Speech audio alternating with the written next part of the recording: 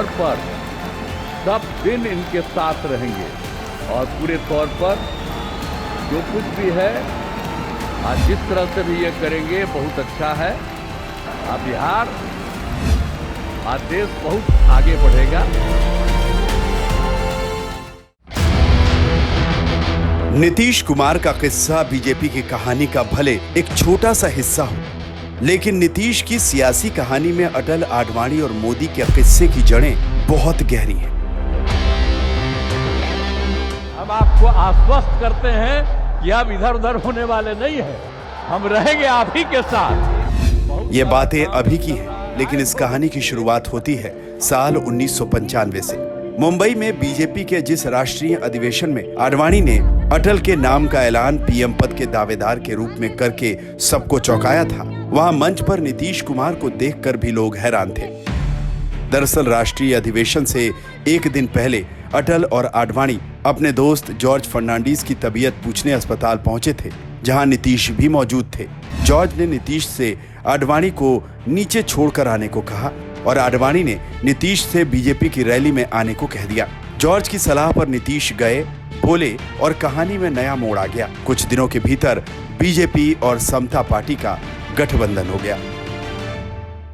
समता party और BJP का गठबंधन बेहद सफल साबित हुआ।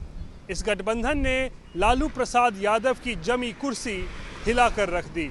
पहले 1996 लोकसभा चुनाव और फिर 1998 लोकसभा चुनाव, दोनों चुनावों में इस गठबंधन ने शानदार प्रदर्शन किया।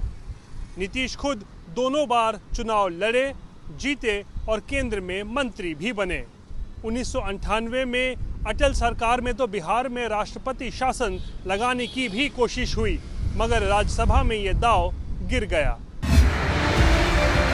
मैं अटल बिहारी वाजपेयी ईश्वर की शपथ ले। 1999 में केंद्र में फिर अटल बिहारी वाजपेयी ने सरकार बना ली। साल 2000 में बिहार में विधानसभा चुनाव हुए।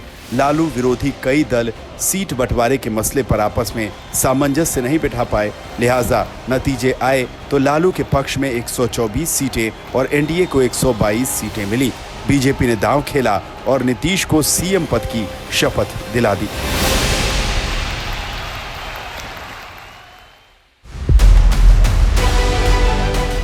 जोड़ तोड़ की तमाम कोशिशें विफल होने के बाद नीतीश ने 7 दिन में ही मुख्यमंत्री पद से इस्तीफा दे दिया। आपको लगता नहीं कि अगर बीजेपी की परफॉर्मेंस अगर थोड़ी बेहतर होती तो ये सब आपको लेन देन नहीं करना पड़ता? 3 करोड़ 1 करोड़ जो भी चार्जेस आपके ऊपर लग रहे हैं, इसकी बात आप करते रहे। लेन देन से सरकार कोई बनती है? आपको लगता नहीं कि आपके मैं फिर कहता हूं, लेन देन से सरकार बनने तो उसके लिए एक व्यक्ति वहां पहले से मौजूद है और उनके सोहबत में उनके और लोग भी जो आजकल बयान दे रहे हैं वो भी प्रभाव में आ रहे हैं। नीतीश फिर केंद्र की राजनीति में सक्रिय हो गए। अटल बिहारी से उनके संबंधों का अपना फसाना है। गैसल रेल हादसे की नैतिक जिम्मेदारी लेते हुए नीतीश ने पद से इस्तीफा दे दिया और अटल जी के कहने के बावजूद उस वक्त इस्तीफा वापस नहीं लिया। इसी तरह गोधरा कांड के बाद नीतीश ने खुलकर नरेंद्र मोदी के खिलाफ मोर्चा खोला। अच्छा ये बताइए कि रेल मंत्रालय का काम सेफ्टी का है। अगर डिरेलमेंट हो गया, टक्कर हो गया, कोई रेल की दुर्घटना हुई वो होता है, लेकिन अगर कोई पब्लिक ऑर्डर की समस्या है, लॉ और ऑर्डर की समस्या होगी तो वो जिम्मेवारी राज्यों की रहती है, ये जिम्मेवारी रेल मंत्रालय की नहीं होती। फरवरी 2005 में बिहार लालू के हाथ से निकल गया, लेकिन जीता कोई नहीं। विधायकों की बाड़ेबंदी हुई। रामविलास पासवान ने सरेआम समर्थन के लिए कीमत मांगी, लेकिन कुछ हल नहीं निकला। लालू की पहल पर राज्य में राष्ट्रपति शासन लग गया। नीतीश न्याय यात्रा पर निकल पड़े।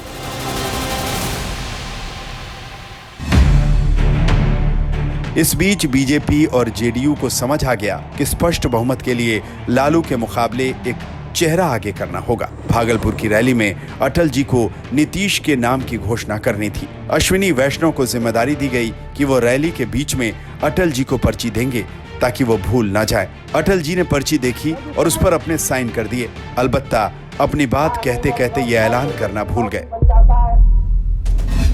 उसी शाम बीजेपी नेताओं ने प्रेस कॉन्फ्रेंस कर यह ऐलान किया। लेकिन इस ऐलान से जॉर्ज फर्नांडीज उखड़ गए। वो नीतीश के नाम के ऐलान के पक्ष में नहीं थे। वो एक दिन बाद माने जरूर, लेकिन उनकी नाराजगी ने नीतीश और जॉर्ज के बीच दरार पैदा कर दी।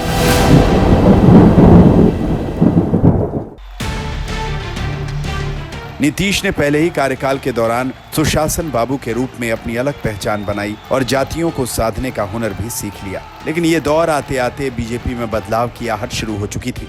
अटल बिहारी निष्क्रिय हो चुके थे और आडवाणी 2009 की हार के बाद कई नेताओं को बोझ लगने लगे थे।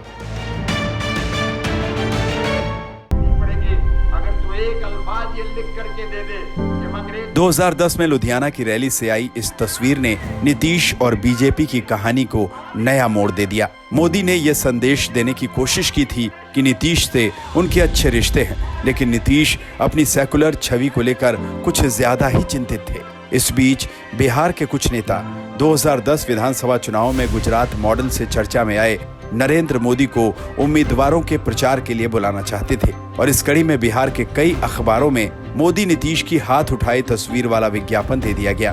नीतीश ऐसे नाराज हुए कि उन्होंने बीजेपी नेताओं को सरेआम खरी खोटी सुनाई। फिर बीजेपी कार्यकारिणी के सदस्यों के लिए दिया गया रात्रि भोज रद्द कर दिया। He can go to any extent to demolish anybody. उन्हें अपने छवि का बहुत ख्याल रहता है और इसके लिए he can go to any extent. और जहाँ तक लोग कहते हैं कि पलटू राम और ये वो सब, तो कोई भी नेता जो है वो अपनी कुर्सी के लिए करता है। संसदीय दल ने यह फैसला किया है कि श्री नरेंद्र मोदी को आगामी लोकसभा चुनाव के लिए प्राइम मिनिस्ट्रियल कैंडिडेट के रूप में प्रोजेक्ट किया जाए।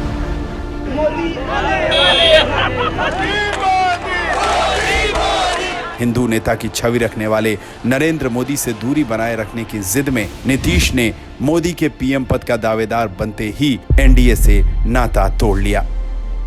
समझते हैं कि मीडिया में छाकर हम कुछ हासिल कर लेंगे, ये बहुत बार हुआ है, लेकिन उसका कोई परिणाम नहीं। देश की जनता कभी भी विभाजनकारी तत्वों को स्वीकार नहीं कर सकती है और वो जो नजरिया है वो नजरिया देश को एक करने का नहीं है, देश को मजबूत करने का नहीं है, देश को कमजोर करने का नजरिया है, बांटने का नजरिया है। इसको इस देश की जनता कतई स्वीकार नहीं करेगी।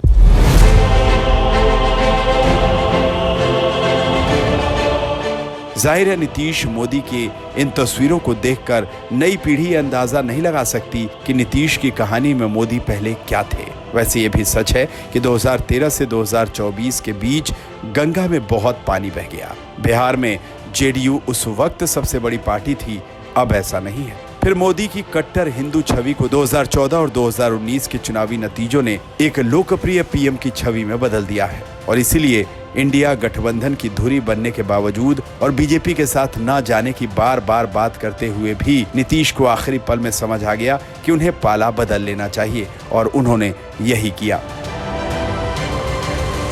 मैं नीतीश कुमार सत्यनिष्ठा से प्रतिज्ञान करता हूँ।